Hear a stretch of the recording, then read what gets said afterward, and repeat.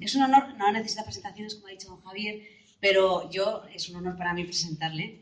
Don José Ignacio Munilla es obispo de San Sebastián desde el 2010. Pues ha ejercido distintos cargos pastorales desde que es sacerdote, creo que lleva 30 años desde su sacerdocio, y fue ordenado obispo de Palencia y posteriormente San Sebastián. Aparte de ejercer distintos cargos pastorales, ha publicado tantas cartas pastorales como libros, muy distintas publicaciones.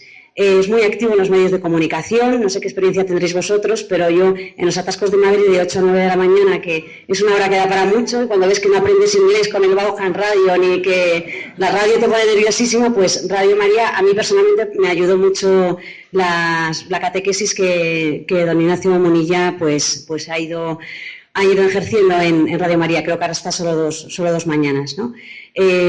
¿Por qué? Porque verdaderamente lo importante, yo creo, y que a nosotros parece muy importante que usted esté aquí, es que es una persona que está muy pegada a la actualidad.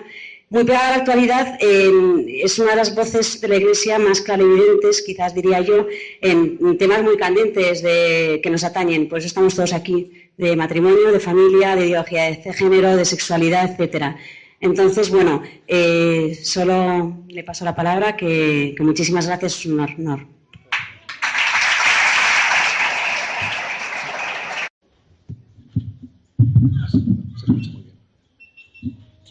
Bueno, pues muchas gracias por esas palabras, dichas por alguien que también sentimos y apreciamos y vivimos la comunión de la Iglesia. Yo también tenía ganas de conoceros. Voy a coger en la mano, que se escucha mucho mejor, Tenía ganas de conoceros porque me había parecido súper simpática esa intuición de convocaros bajo ese nombre muy significativo de ITV matrimonial. Y dije, sí, voy a ir, y además a ver si cojo ideas para San Sebastián, ¿sabes?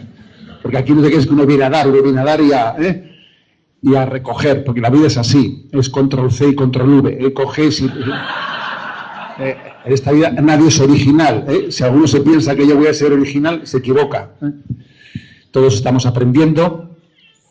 Y mira, esta mañana cuando he celebrado la Eucaristía, que la he celebrado con unas carmelitas, y resulta que hoy tocaba el Evangelio del Hijo Pródigo, me he acordado de vosotros. He dicho, mira, esto pues después tiene su aplicación para los matrimonios con los que voy a estar. Porque no olvidemos que la parábola del Hijo Pródigo fue pronunciada por Jesús no por ese hijo que marchó de casa y tal, no, sino fue más bien pronunciada por el otro, por el hermano mayor, porque Jesús la dirigía a los fariseos, ¿no?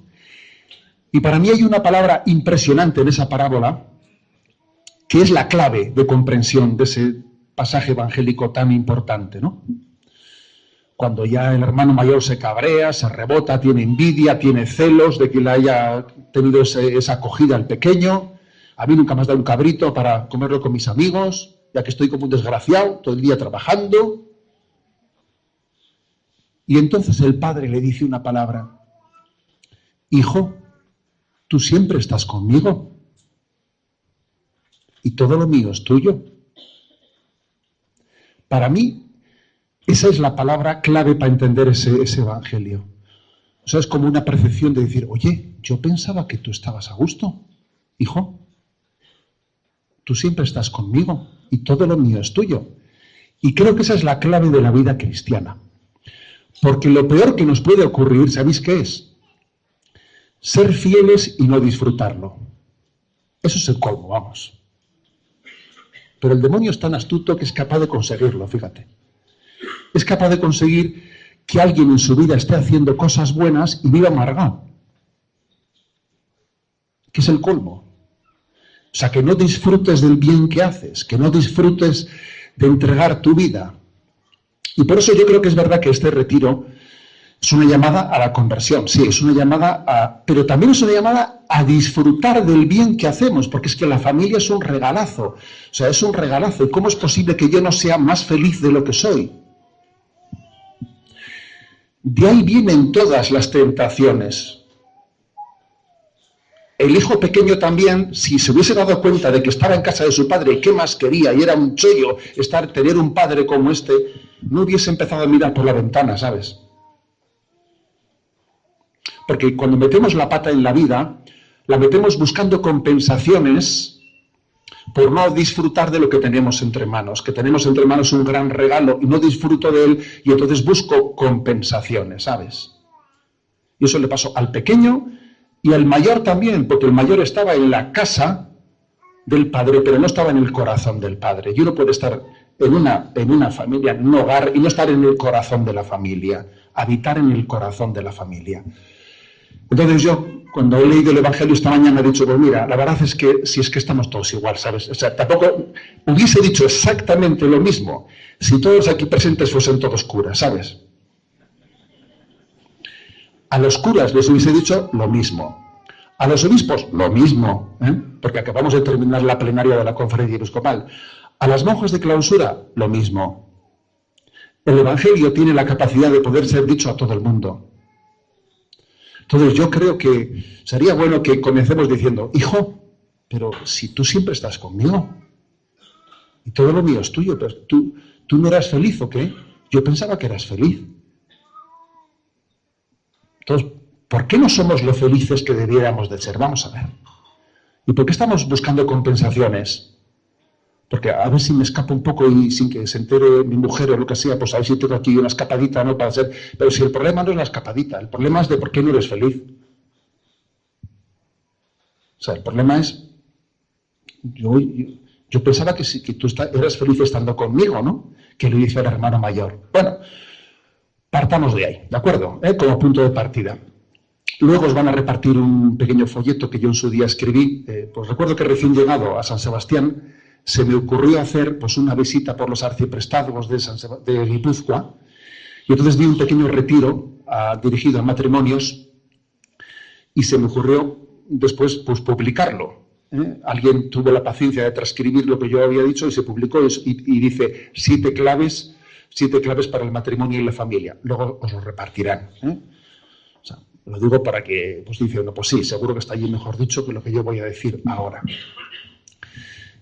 Yo deseando que disfrutemos más y seamos más felices con lo que llevamos entre manos, os propongo 7 claves. 7 claves para fundar una familia feliz, ¿no? En el proyecto de Dios. Primera clave. No olvidemos una cosa que es el ABC. Hoy en día no se puede dar nada por supuesto. Es un error dar nada por supuesto hoy en día. El ABC hay que fundarlo claramente, ¿no? El matrimonio, ese matrimonio que habéis formado vosotros, ese matrimonio es un camino para la unión con Dios. Sí, un camino para la unión con Dios. ¿Por qué? Porque en nuestro imaginario pesa mucho eso de que los curas, las religiosas, ahora he hecho aquí una visita en el Cotolengo a las religiosas que me he quedado impactadísimo, madre mía, ¿no? De conocer a esas mujeres. Pues la religiosa se une a Dios, es esposa de Dios, el sacerdote es esposo, ¿no?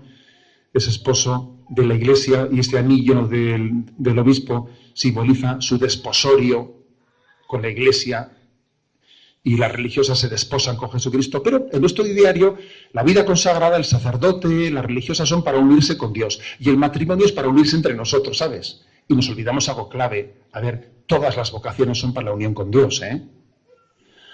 A una montaña se suben por laderas distintas, pero la cima de la montaña es una. No os penséis que hay varias cimas. Cima solo hay una, y por lo tanto todos tenemos la misma meta. Tu meta y la mía son exactamente la misma.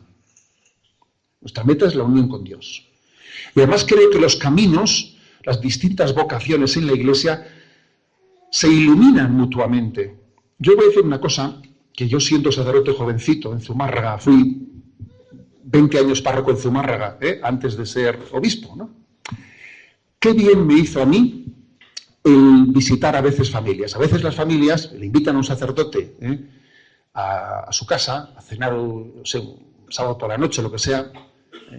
Cuidad a vuestros sacerdotes, que es importante, cuidar a los sacerdotes, a los que cuidan de vosotros, es muy importante. te invitaba una familia, pues a compartir, ¿no?, la vida familiar, y a mí eso como sacerdote jovencito, que yo fui cura con 24 años, imagínate, 24 años tenía flequillo, ¿sabes? Aunque parezca mentira, lo tenía, hay fotos por ahí, Pero bueno, te invitaba a una familia, tú eres un cura jovencito, y te impresionaba ver una familia en la que allí, vamos, no había un metro cuadrado para nadie, porque los niños, bien lo sabéis, lo invaden todo, lo invaden todo. Allí no cabe decir, oye, que a mí este sitio, oye, que ahora déjame tranquilo. O sea, que es que me impresionaba que en una familia uno no tiene un metro cuadrado para sí, ni tiene un minuto para sí. Entonces dije, ahora voy a volver yo a la parroquia y voy a decir, el despacho es de 6 a 7. ¿Con qué cara voy a hacer yo eso? Claro, tú salías de esa visita impactado, ¿no? Diciendo, oye, la vida es para entregarla. Tú te imaginas que el padre diga, chaval, esta no es mi hora de atenderte, ¿no? Que un padre le diga a un hijo, eso no se lo puede decir. Esta no es mi hora de atenderte. O sea, y yo voy a ir ahora a la parroquia poniendo límites a mi entrega. Eso a mí me ayudó mucho. No os podéis imaginar lo que me ayudó a mí ir a una familia, allí ver la mesa de los niños y ver que allí no hay tregua. ¿Me explico? O sea, que eso es la guerra. Y que allí, vamos, que uno se entrega totalmente a esa batalla. A mí me ayudó muchísimo. Y entiendo que un consagrado, que un sacerdote, que una religiosa, a vosotros, os tiene que ayudar en otro sentido muy importante, a recordar que todo eso que estáis haciendo, la hipoteca, el problema del gas, el seguro, el otro, todo eso no te tiene que absorber hasta el punto que te distraigas de cuál es tu meta. Tu meta es la unión con Dios. Tu meta no es pagar la hipoteca, ¿sabes? Repito, tu meta no es pagar la hipoteca. El día que tengas la hipoteca pagada, no habrá cambiado para nada la meta. La meta es la misma. Esto es importantísimo, porque es que este mundo, a veces lo urgente te abstrae de lo importante. Y eso es un riesgo muy, muy obvio en la vida familiar, que donde hay que hacer frente a cosas que no son, vamos, que son sí o sí, no son sí o no, son sí o sí, y ahí no cabe otra cosa. Pero las vocaciones están para iluminarnos mutuamente. Entonces yo creo que es clave, cuando esta mañana, por ejemplo, yo he celebrado una misa en las Carmelitas, las Carmelitas Descalzas, ellas son un testimonio, son una luz en la noche, son una lámpara encendida que te dice, oye, que mi meta es la unión con Dios, mi meta no es pagar la hipoteca, ¿sabes? A ver si voy a pagar la hipoteca y me olvido a dónde iba.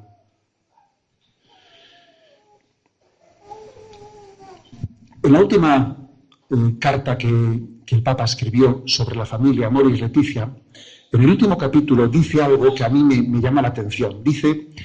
Se dice, ¿no? Bueno, pues que existen como dos vocaciones, la de la virginidad, o la del celibato, la de los que somos célibes, la vocación de la virginidad, y la vocación del matrimonio, ¿no? Pero dice una cosa, que en todas las vocaciones, también en la matrimonial, hay algo de vocación a la virginidad. ¿A qué se refiere? Pues que es verdad que el corazón del esposo tiene que estar lleno del amor de la esposa y la esposa del esposo, pero hay una parte de tu corazón que necesariamente tiene que tener una decepción, porque tú en el esposo y en la esposa no puedes encontrar la plenitud absoluta. O sea, es normal que te decepcione algo. Es hasta sano que te sientas un poco decepcionado. ¿Por qué? Porque en nuestro corazón hay un deseo de plenitud que solo Dios puede llenar, ¿sabes? También existe esa dimensión virginal en el corazón de un esposo, que hace que, obviamente, al mismo tiempo que tu relación esponsal llena tu corazón, al mismo tiempo necesitas tener a Dios presente, y que tu relación con Dios sino que le dé plenitud y veracidad a esa relación esponsal que tienes. De lo contrario, sin Dios, lo normal también es que uno se sienta decepcionado en el matrimonio, porque igual está pidiendo a su esposa y a su esposo lo que no puede darle, lo que solo Dios puede darle, ¿sabes? Es que mi mujer es que yo no me llena plenamente. ¿Tú qué quieres? ¿Que sea Dios o qué? Es que al final solo Dios te puede llenar plenamente, ¿no? Esto también es importante, ¿eh? Porque a veces uno pide lo que no se puede pedir, lo que solo a Dios se le puede pedir, que es la plenitud y la totalidad. Entonces, primera clave que yo os quería decir, ¿no? Que no nos olvidemos que el fin del matrimonio es la unión con Dios. La unión definitiva con Dios. Quien pierde esa clave, quien no sabe que el origen, o sea, que la meta de mi vida es esa, pues obviamente no entenderá el matrimonio y se decepcionará. Segunda clave. La segunda clave es la siguiente. ¿Cuál es nuestro modelo? El modelo del amor matrimonial. El modelo del amor matrimonial es Jesucristo. Porque a la hora de amar uno siempre tiene que tener un punto de referencia. ¿Cuál es el punto de referencia? El nuestro está muy claro. Es una persona, Jesucristo. El día de vuestro matrimonio se dijo, ¿no? Julián, te entregas a Mari Carmen como Cristo se entregó a su iglesia, como Cristo amó a su iglesia. El punto de referencia del sacramento del matrimonio es el amor de Jesucristo, que es un amor crucificado. O sea, ¿cuál es nuestro modelo? El amor de Jesucristo, que es un amor crucificado. Y esto en el fondo es como una enmienda a la totalidad a esa imagen tan extendida en nuestra sociedad en la que el modelo del amor es el romántico. El modelo es el romántico. No digo romántico en el sentido de... porque también nuestra sociedad es bastante indelicada, ordinaria y zafia. O sea, en ese sentido no es romántica. Pero sí romántica en el sentido de reducir el amor al concepto de lo emotivo, lo emocional. Identificar amor y emoción. Sentimentalismo, o sea, una reducción del amor a su dimensión sentimental. Y no, lo emotivo no es garantía de autenticidad del amor. La mucha emotividad no es garantía. En nuestra vida hacemos muchas cosas por amor sin ese componente emocional. Pues eso, tú cuando te levantas y madrugas y te vas a currar mucha emocionalidad no sientes, ¿no? Lo haces por un acto de voluntad iluminado por la razón. Pero dice, tú esto lo sientes, te sale de dentro. Hombre, a ver, o sea, como cuando se dice, ¿no? Es que hay que rezar cuando te sale, cuando tienes sentimiento, ¿no? Oiga, hay que rezar, mi relación con Dios no es por pura emotividad, es porque sé que Dios es Dios, que Dios me ama, y luego mi oración, yo es que voy a misa cuando siento necesidad. A ver, nuestra relación con Dios no tiene que ser por emotividad, por sentimiento, sino por convicción, por una voluntad que está conducida por la razón. Mi voluntad quiere lo que mi razón me dice que es bueno. La imagen del hombre maduro es aquel que la fe ilumina la razón y la razón manda en la voluntad. Y la voluntad intenta ordenar los sentimientos. A ver. El inmaduro es aquel que sus sentimientos dice, ¿qué es lo que quiero? En lo que me apetece, ¿sabes? ¿Y qué es lo que pienso? Lo que quiero. O sea, es al revés. El maduro, la fe ilumina la razón manda en la voluntad y la voluntad ordena los sentimientos. En el inmaduro confunde apetecer y querer. Le mandan los sentimientos y la razón no piensa, más bien se le impone la voluntad, ¿sabes? Y al final la fe, pues no existe, claro. Por eso nuestro modelo de amor es el de Jesucristo. Y Jesucristo nos amó con un amor de entrega. No porque fuésemos atrayentes, ojo, Jesucristo nos amó con un amor de entrega. Y el matrimonio no solo es eros, es ágape, es decir, es amor de entrega. Es como el amor que tuvo Jesucristo con nosotros. Integra el eros y el ágape. Matrimonio, el amor matrimonial, el de Jesucristo, es también querer. Es querer. Es un compromiso de amor. Porque fijaros bien, ¿no? No solo es el amor el que preserva el matrimonio, sino también es el matrimonio el que preserva el amor. Ya sé que es muy poco romántico lo que he dicho, ¿sabes? Esto es así. no solo es el amor el que preserva el matrimonio, es el matrimonio también el que preserva el amor. Yo recuerdo la víspera del día que me hice cura, de un rato de oración que tuve, ¿no? Y dije, Señor, yo hasta ahora podría dudar, he estado en el seminario unos años, de si lo mío era ser cura o no era ser cura, ¿no? Podía discernir, podía dudar, pero mañana a mí me van a ordenar sacerdote. He discernido, he buscado tu voluntad y doy este paso, ¿no? Yo no me voy a permitir nunca más dudar de si yo debía ser sacerdote o no debía ser sacerdote, ¿sabes? No me lo voy a permitir dudar. O sea, desde el momento en que yo reciba esa llamada de la Iglesia, o sea, voy a entender que es una tentación esa duda. Y punto. Porque también amar es querer querer. No solo es sentir no sé qué tipo de atracción, es querer querer.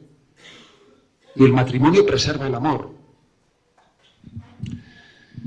Yo en una ocasión escuché una imagen, ¿no?, sobre este querer querer o la determinada determinación que me iluminó mucho, ¿no? Aquello aconteció en el año 335 antes de Jesucristo, cuando Alejandro Magno, pues allí fue a las costas de Fenicia para conquistar Fenicia. Y claro, allí bajaron en las playas de Fenicia y vieron la ciudad perfectamente amurallada y defendida, y los capitanes de Alejandro Magno le dijeron, oye tú, pero nosotros somos 4 y los defensores son mucho más fuertes que nosotros, no tenemos nada que hacer, somos 4 barcos, ¿eh?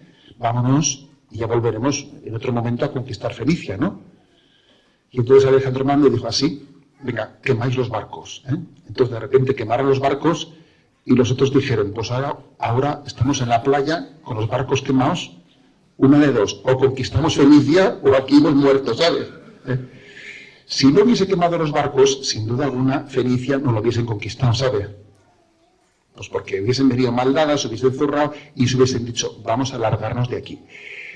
Con lo cual, en el compromiso del amor crucificado de Jesucristo es muy clave, es querer querer y es la determinada determinación de que el amor de Cristo sea sellado con sangre.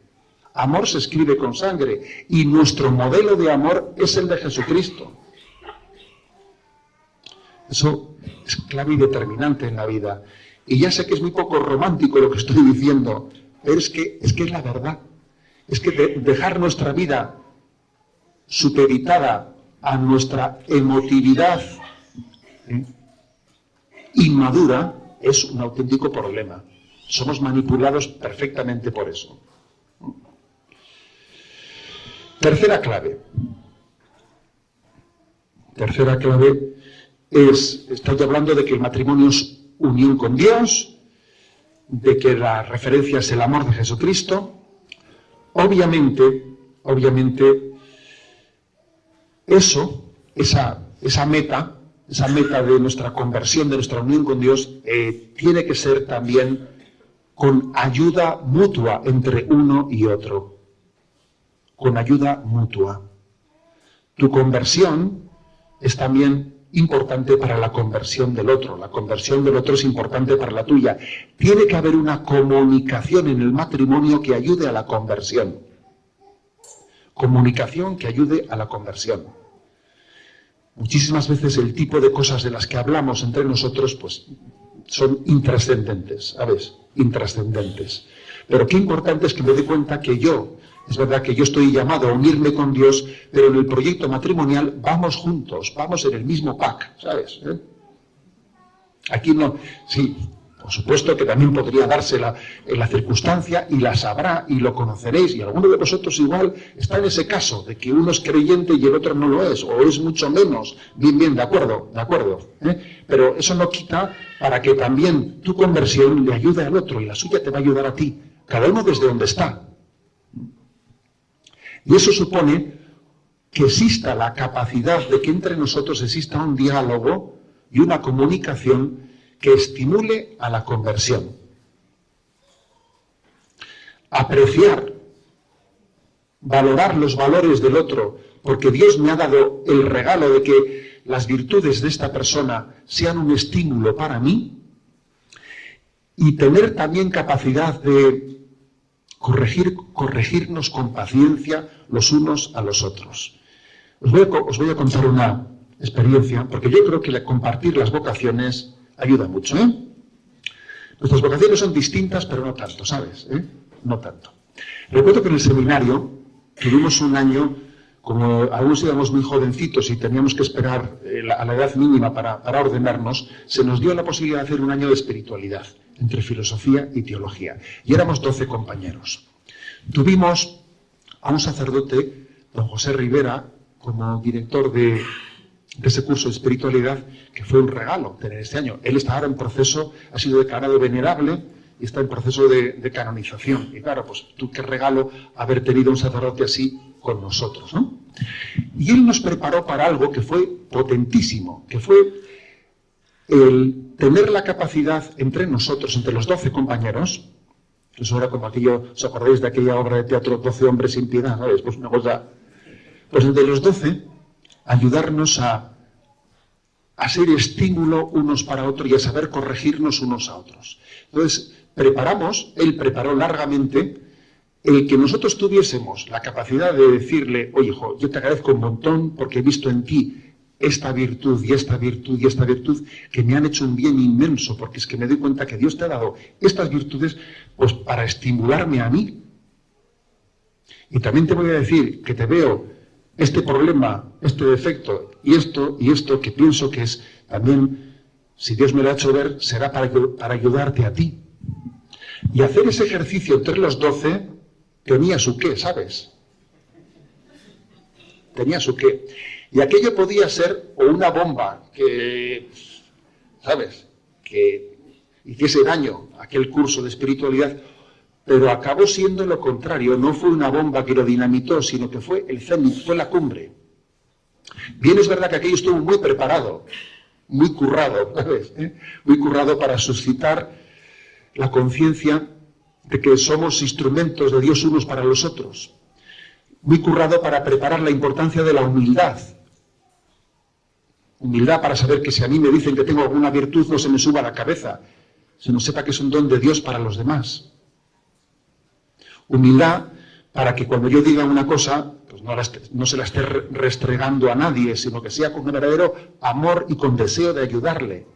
Humildad para saber que si a mí alguien me dice algún defecto, me lo está diciendo, y es un regalo de Dios, son las luces que Dios pone en mi vida para conocerme interiormente. Eso tiene que estar muy preparado, ¿no? Con el trabajo interior de nuestras actitudes y la conciencia de que Dios nos ha puesto juntos en el camino para ayudarnos a la santidad, a la conversión. Cuando se acercaba el día, yo voy a reconoceros que decía, ¿esto qué tal saldrá? Porque, ojo, además es que lo hicimos los 12 alrededor, y se levantaba uno, ¿sabes? Se levantaba uno y todos hablaban de él, a ver. Ahora, aquello, ojo, se sentaba, se levantaba otro y tal. Entonces, claro, fue un ejercicio que yo dije, esto puede, y fue potentísimo. En mi vida eso a mí me ha ayudado, no se puede imaginar cuánto me ha ayudado. Claro, que no aconsejaría yo eso a otros 12 que lo hagan así sin más, obviamente eso no es eso. Pero eso en el matrimonio tiene que existir, la capacidad. Si en un matrimonio no se llega ahí, y además eso no llega a ser como una luz de Dios, es que difícilmente vamos a llegar a la meta como tenemos que llegar. Si el matrimonio, cuando alguien me está diciendo algo, el matrimonio es el único sitio cuando las virtudes del otro son para mí un regalo y yo no siento celos de eso. ¿O no es verdad? Oye, como tú sientas celos de que tu esposo o tu esposa tiene unas virtudes que tú no tienes, tienes un problema, ¿eh? Si tienes celos, oye, bendito sea Dios que tiene unas virtudes que tú no tienes, ¿no? Es un regalo para ti, que tenga unas cualidades que ojalá, ¿no? El matrimonio, la familia, es el único sitio, el único lugar en el que no existen celos por los dones del otro. Pues si eso es así, ¿tú te imaginas tener celos de tu hijo que saque mejores notas a las que tú sacaste? Por Dios, uno no siente celos de eso. Tiene que estar enfermo, ¿no? Por sentir celos de eso, ¿no? O sea, las cualidades de los otros para ti son un estímulo, ¿no? Bueno, pues lo mismo, apliquemos también a lo que sea una corrección, ¿no? Que alguien me haga ver cosas que yo por mí mismo no veo, porque con los defectos pasan como con las luces del coche, ¿sabes? Que solo molestan los que vienen de enfrente, ¿sabes? Las tuyas no molestan las luces de los que vienen de enfrente. Pues así pasa en la vida. Por eso es tan importante la corrección fraterna. Pero la corrección fraterna, para que salga bien y no sea una bomba, requiere de humildad, requiere de hacer un acto de fe y de saber que somos instrumento de los unos para los otros, ¿no? Bueno. Ese tercer punto me parece importante. Cuarta clave. La cuarta clave es, la clave de la conversión no es decir cosas bien dichas, ¿eh? Hay que decir cosas bien dichas. Pero la clave de la conversión está en la donación, en la entrega. Esa es la madre del Cordero. Que decía San Ignacio de Loyola, ahora voy a hablar un poco de nuestro patrono de Guipúzcoa, decía San Ignacio de Loyola, que el amor se mide mucho más en las obras que en las palabras. Es mucho más determinante las palabras que las obras. Perdón. Tengo un auditorio súper atento, da gusto. Da gusto. Dice el Evangelio, el que busque su vida para sí, la perderá, y el que la pierda por Jesús la encontrará. Esa frase del Evangelio, súper fuerte, el que busque su vida para sí, la va a perder, y el que la entregue para el otro la va a encontrar. Es que nos hace recordar que en esta vida tu realización consiste en olvidarte de ti mismo. Tenemos hoy en día un problema muy grande con el narcisismo. Estamos muy heridos de narcisismo. Y la única sanación del narcisismo es el olvido de uno mismo. Es la entrega. El matrimonio, la familia, es un lugar privilegiado para poder ejercitarse en el olvido de uno mismo. Es así, ¿eh?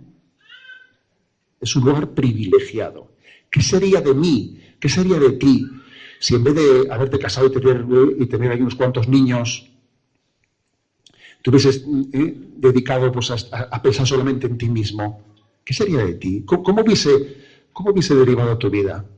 ¿Se acuerdas de aquella película? Creo que es Qué bello es vivir, ¿no? Esa película en la que uno vuelve a repasar su vida. Si yo no me hubiese casado, si hubiera no sé qué, y dice, madre mía, tú hubiese sido...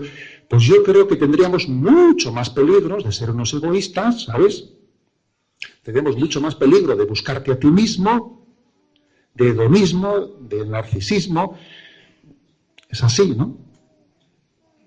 Existiría mucho más riesgo. La familia es un lugar privilegiado para la donación y la entrega de ti mismo. En la familia se llegan a hacer por los demás una serie de cosas tan generosas que si las hicieses por extraños, por unos extraños sería santo de canonizar. ¿Es verdad? Sí. Si alguien dijese, ¿sabes qué hacía por un vecino? Por un vecino hacía esto y esto y esto. No me digas, este que es el santo, ¿no? Bueno, en la familia hacemos cosas que si las hiciésemos por quien no son de la familia seríamos santos de canonizar. O sea, es cierto que la familia es un lugar privilegiado de entrega generosa de nosotros mismos. Pero cuidado, porque también existe el riesgo de que el egoísmo entre dentro de nosotros, dentro de la familia, y que la familia, que el matrimonio se convierta en zona de confort, ¿sabes? En vez de lugar de entrega. Eso puede ocurrir. Pues, y se nota en muchas cosas. Por ejemplo, la crisis de natalidad. A ver, la crisis de natalidad tiene mucho que ver con esto. Los niños exigen mucha entrega, mucho olvido de uno mismo. Y habrá muchas causas sociológicas, económicas, no sé qué, en la causa de la crisis de natalidad. Pues yo no lo niego, son factores muy complejos, pero a mí que nadie me impida decir también que también hay un factor espiritual, moral, que es, a ver, cuando uno tiene un planteamiento de vida en el que, ¿sabes?, quiere vivir más cómodamente, etcétera, pues es que la natalidad, es que los hijos, ¿sabes?, te lo piden todo. Es que los hijos son, es que piden una entrega total y absoluta. Eso también se nota. O se nota a veces, ¿sabes?, en una especie de lenguaje o negociación o pactos ideologizados de corresponsabilidad en el seno de la familia, ¿eh? Cuando parece que la corresponsabilidad es, bueno, aquí vamos a llegar a acuerdos, vamos a pactar, ¿sabes? ¿No?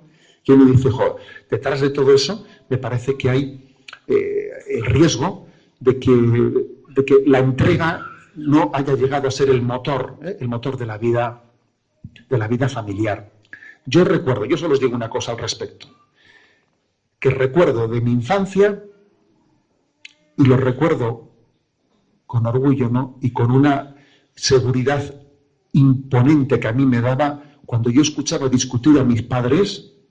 Mi padre ya falleció, vivo con la madre, tengo la suerte de vivir con mi madre, que tiene 86 años y vive conmigo, y sigue al pie del cañón en todas las cosas, ¿no? Haciendo la comida, ella me hace la ropa, ella es tremenda, ¿eh? Bueno, con 86 años, ¿sabes?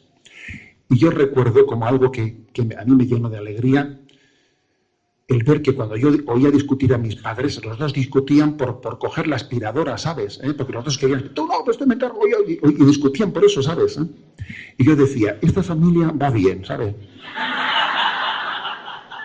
Porque tú dices, oye, tú oías a tus padres discutir por servir, ¿sabes? Por hacer tal, y tú te sentías seguro, te sentías diciendo, esta familia tiene futuro, ¿no?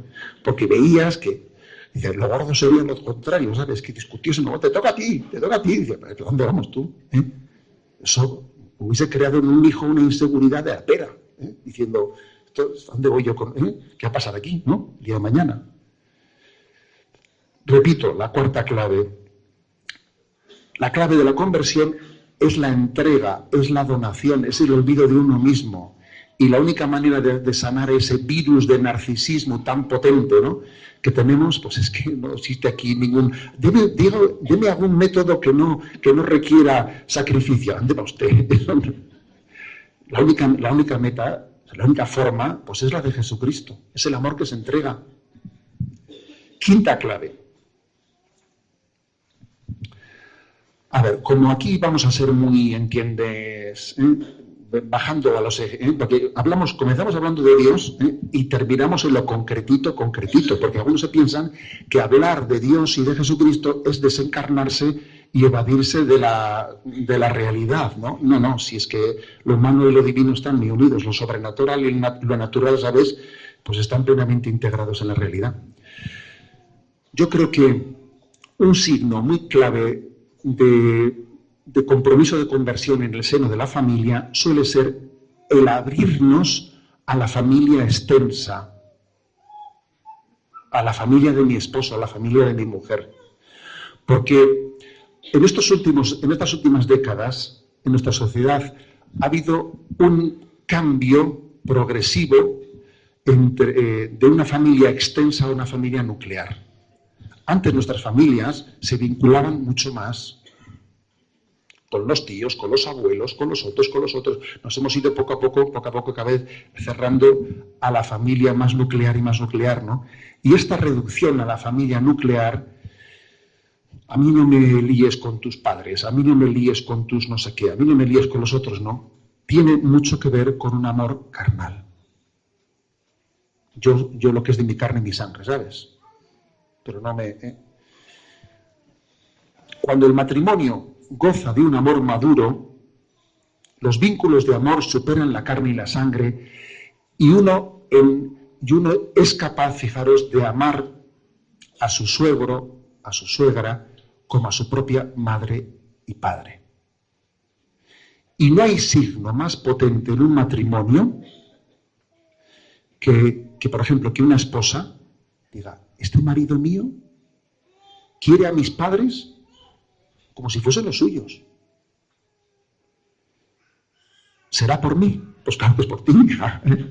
O sea, a ver, es que es muy difícil eso no percatarse de ello, ¿no? Es que hay cosas que yo cuando era pequeño recuerdo que era tan ingenuo que cuando salía del horno, pues el pescado o lo que sea, la madre decía, no, la cabeza para mí, la cabeza para mí. Y yo decía, qué buena suerte tenemos en esta familia, porque a mi madre le gusta siempre la cabeza, ¿no? Y cuando salía el cacho del bizcocho quemado, es que le gustaba a mi padre, ¿no? Entonces, es que es perfecto para repartirlos. Es que tenemos una suerte en esta familia que es genial, macho. todo coincide perfecto. Y entonces un día de repente dije, esto, a ver si va a tener truco esta, ¿no? Así de ingenuo fui yo, ¿sabes, no? Para discutir, oye, esto tenía truco. Bueno, pues aquí pasa, es que cuando uno dice, es que qué suerte he tenido, porque es que mi marido le quiere a mis padres como si fuesen los suyos. Es por ti, hija, ¿eh? Te quiere a ti inmensamente hasta el punto, te quiere tanto que tus padres son como los suyos. Eso es una prueba definitiva de amor, ¿sabes? Una prueba más fuerte que esa es que no puede haberla. Ahora, pues cuando empezamos ya, tu familia, no sé qué, yo la mía, yo amo mi carne y sangre, tú no sé qué, es que vamos mal, ¿sabes? Es que hay mucho que convertir ahí. Es que cuando dicen no seréis dos, sino seréis una sola carne, ¿eh? Es que ese problema solamente tiene una solución, ¿sabes? Conversión. Yo lo lamento, que no haya otra, ¿sabes? No hay otra. O sea, ese problema solo tiene una solución, que es conversión personal, hasta el punto de que la familia del esposo y de la esposa, yo la llevo a sentir como la mía, y no me hago que no aguanto a tu hermana, que el otro no sé qué, que ¿sabes? Que estamos siempre llenos de historias de esas, porque no estamos convertidos, ¿sabes? Porque no estamos convertidos. O sea que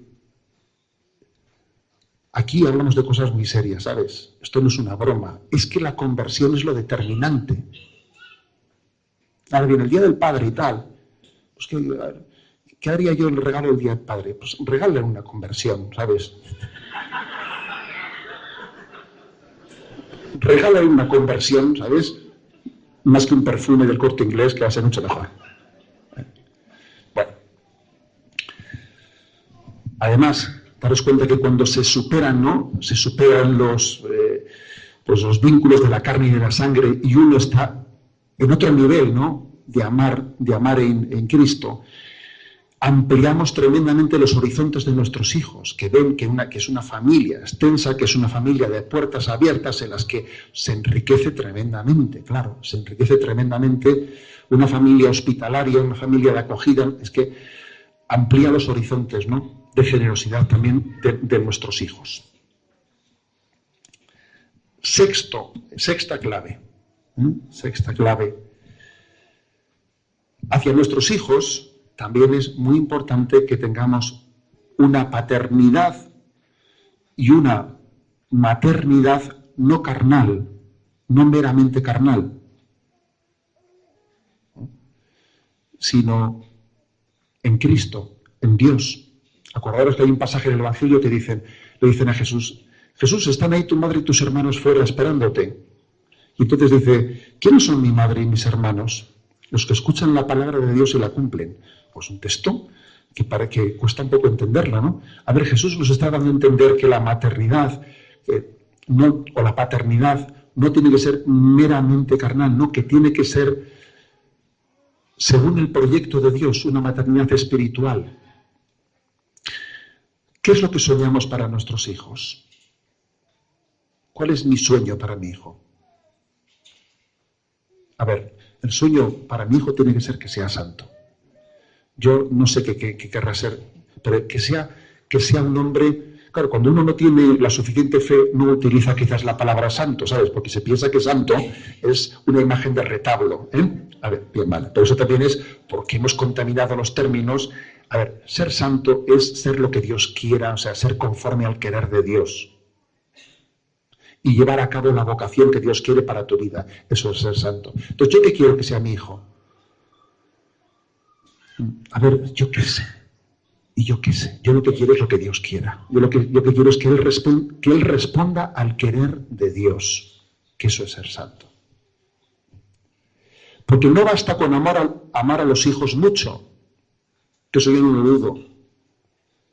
Que se dé en todos los casos. Pero no basta con amarles mucho, sino hay que amarles bien, amarles conforme al querer de Dios. Y hoy en día a veces a los hijos se les ama mucho, pero no se les ama bien.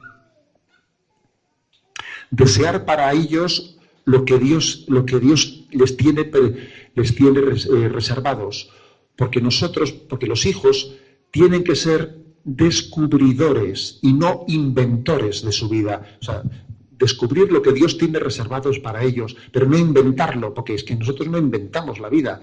La vida lo que hay que hacer es descubrir cuáles son los caminos y cuál es la voluntad que Dios tiene trazada para nosotros. Y esto de desear para nosotros, para nuestros hijos, que sean conformes con el querer de Dios, nos preserva de dos errores. Dos errores que suelen ser garrafales.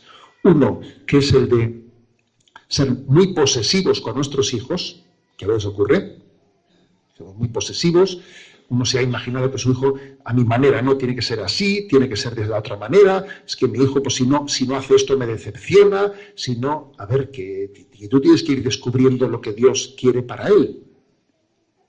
Cuidado con tú imaginarte cómo tienen que ser las cosas, ¿no? Y segundo, ser también protectores, ¿no? Equivocadamente protectores de nuestros hijos. Sacarles la cara siempre indebidamente, que también ocurre esto. Que sacamos la cara indebidamente. Yo recuerdo que en una ocasión en Zumárraga y en la catequesis, pues nada, había un chaval que le habíamos llamado la atención, que le habíamos dicho, venga, salte de la catequesis, y yo pues le cogí la mira, así no puede ser y tal. Entonces te viene después el padre a defenderle a su hijo. Y pim pam, y pim pam. Y hubo un momento, recuerdo, que le dije al padre, le dije, oiga, usted y yo estamos en el mismo bando, ¿eh? No sé si se ha dado cuenta de eso. Usted y yo estamos en el mismo bando, que es ayudarle a su hijo. O sea, no estamos en bandos contrarios, es que no nos equivoquemos. El sentido protector, falsamente protector, también nace de ahí, de haberme olvidado de que los hijos son de Dios y son para Dios. Los hijos son de Dios y son para Dios. Y yo no puedo pretender amarlos carnalmente, posesivamente, protectoramente, que no. Que voy a ayudarle a que descubra cuál es el querer de Dios en su vida.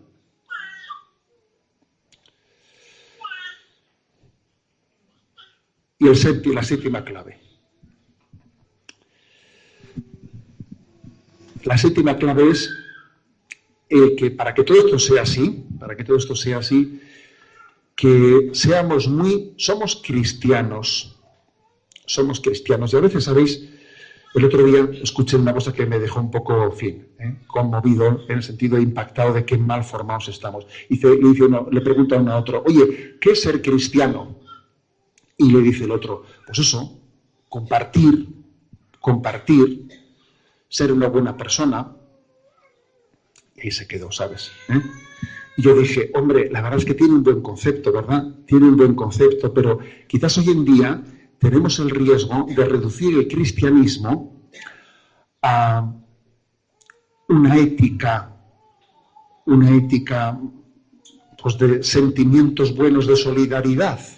Pero nos hemos olvidado de que lo principal del cristianismo es la persona de Jesucristo. Por eso yo, en la última clave que me permito daros, es la importancia de que seamos enamorados de la persona de Jesucristo, de que seamos cristocéntricos dentro del matrimonio y en la educación con los hijos.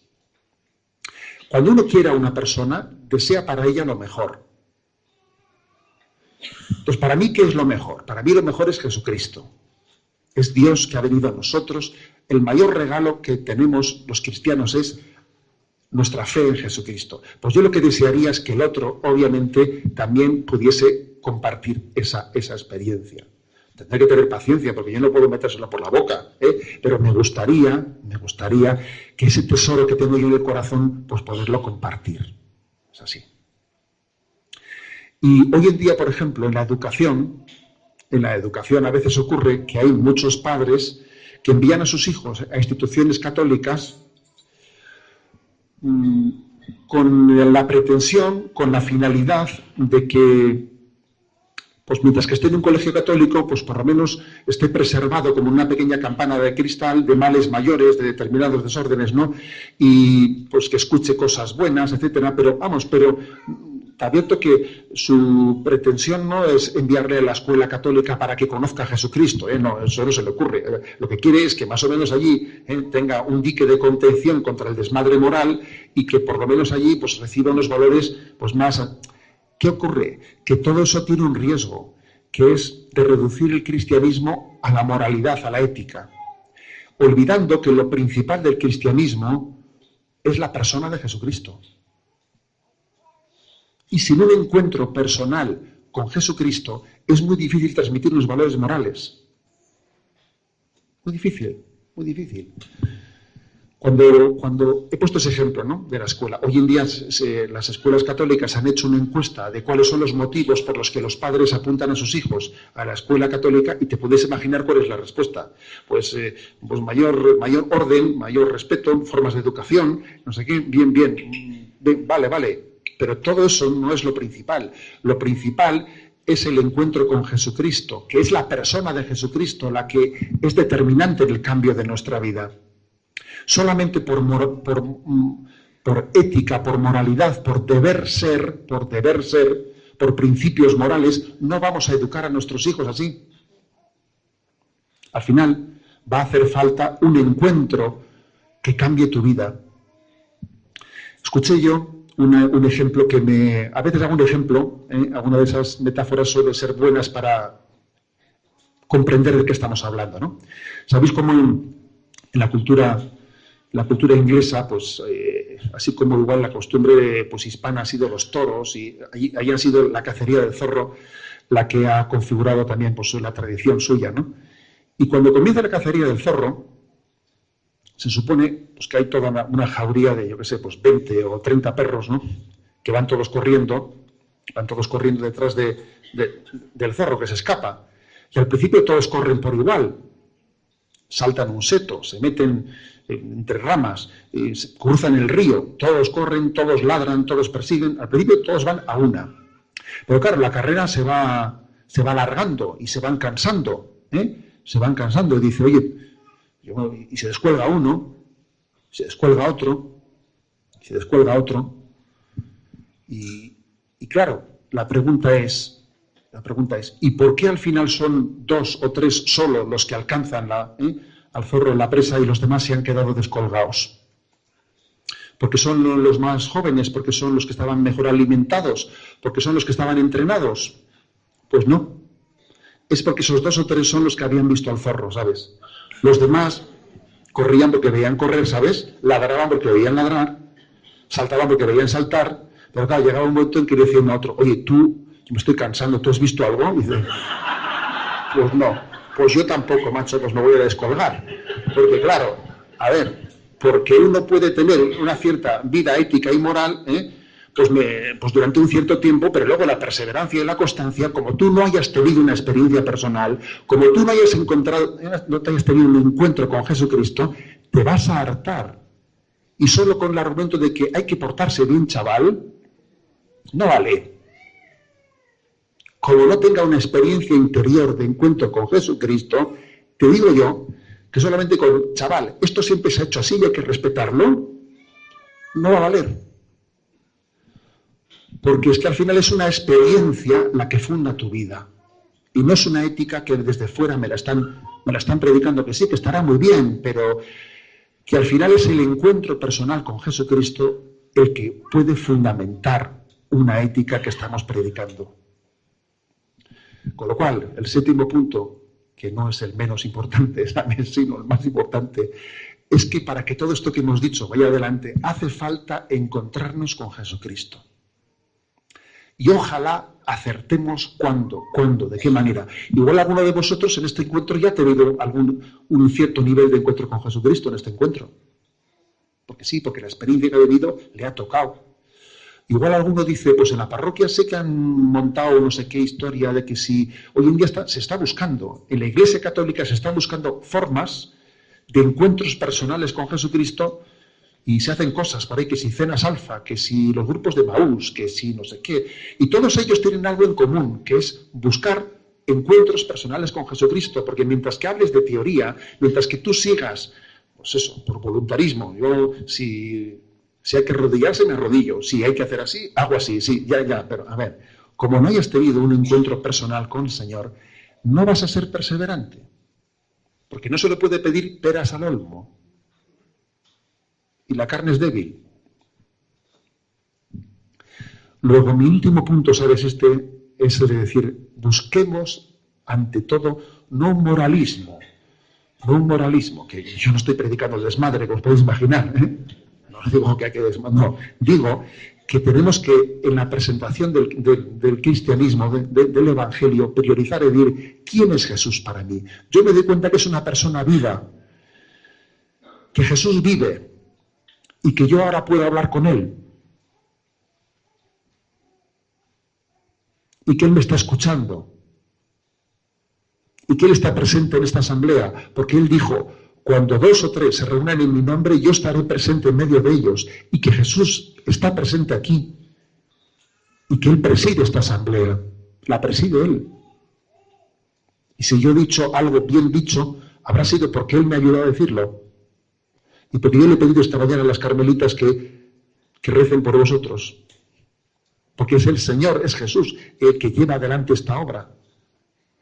O sea, es Él, es una presencia personal, la que mueve la vida de la Iglesia.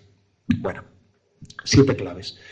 Yo os voy a decir una cosa, y es que cuando me invitaron a este encuentro de la ITV matrimonial, lo primero que pensé, qué bien pensado está decir ITV matrimonial y no decir ITV familiar. ¿Habéis pensado en eso? Porque, a ver, hoy en día, entre la palabra familia y la palabra matrimonio, ¿cuál es la más antipática de las dos? Matrimonio. A ver, la palabra familia está mucho mejor vista, ¿eh? Está mucho mejor vista. En todas las encuestas que se hacen, siempre la familia aparece supervalorada. Claro, es como un chicle, ¿sabes? Es como un chicle que hacemos de ello, pues un poco lo que nos dé la gana, ¿no? La palabra matrimonio está mucho menos valorada, está mucho más cuestionada.